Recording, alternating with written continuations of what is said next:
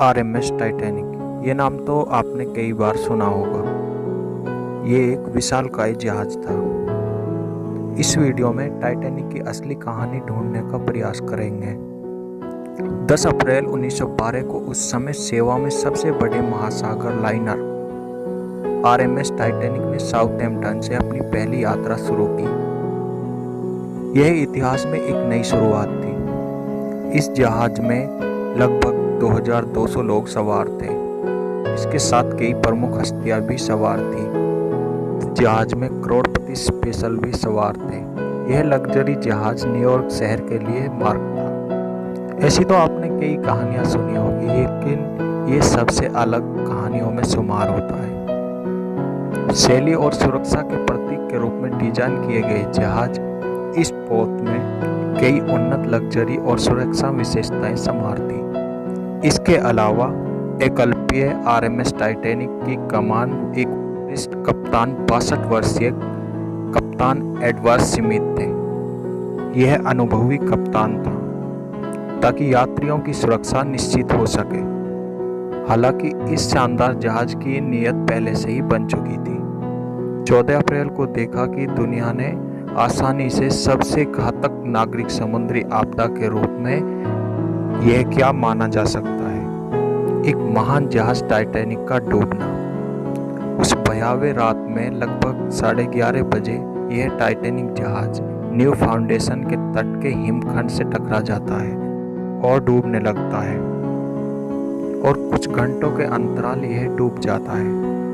इस समय लोगों ने दुनिया को हिट करने के लिए सबसे बड़ी तबाही देखी थी, और अगले दिन सबसे बड़ा जहाज जिसे दुनिया ने उत्तरी अटलांटिक के नीचे तक देखा था, वह समुद्र में समा जाता है। इस समुद्री जहाज का डूबना और ठंड का मौसम 1517 यात्रियों और चालक दल के कुछ सदस्यों के लिए यह पर्याप्त था।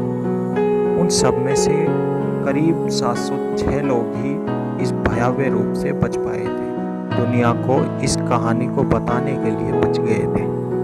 आखिर क्यों टाइटैनिक डूब गया? जैसा कि टाइटैनिक आपदा की खबरें जमीन पर पहुंची थी, मुर्दों के खिलाफ निर्देशित झटका और नाराजगी जो संभाव्य दुर्घटना का कारण बनी। कई किंवदंतियों और साजिश सिद्धांत उन लोगों पर दुर्घटना के तुरंत बाद पैदा हुए जो मर गए थे और बच गए थे, और पोत के डूबने के पीछे के कारण पर भी। लंबे समय तक सबसे अच्छा तकनीकी डिजाइन उपलब्ध होने के बावजूद टाइटैनिक कैसे डूब गया, वह सवाल था जिसने आपदा के बाद के दिनों के लिए कई वैज्ञानिकों और इंजीनियरों को चकमा दिया था। जहाज के तुरंत डूबने के बाद मामले की जांच शुरू हुई, और वास्तव में 2 अलग-अलग पूछताछों की स्थापना की गई थी, एक संयुक्त राष्ट्र अमेरिका सीनेट द्वारा और दूसरी ब्रिटिश व्यापार मंडल के द्वारा। अमेरिकी जांच का नेतृत्व सीनेट विलियम मैडन स्मिथ और ब्रिटेन में लॉर्ड मर्सी द्वारा किया गया था।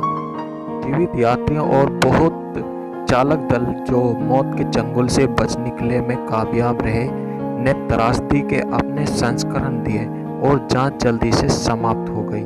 हालांकि प्रारंभिक पूछताछ और विवरण एकत्र करने में महीनों से अधिक समय लगा। जांच के परिणामों से पता चला कि अंतर्राष्ट्रीय समुद्री क्षेत्र के कई सुरक्षा उपाय और नियमित पुराने थे, और इनके लिए दूसरे रूप की आवश्यकता भी कुछ मानकों पर ही जहाज छोटा पाया गया। उस समय उत्तरी अटलांटिक में मौसम की स्थिति के कारण टाइटैनिक काउंसिलिंग के क्षेत्र में हिमशैल का खतरा अधिक था।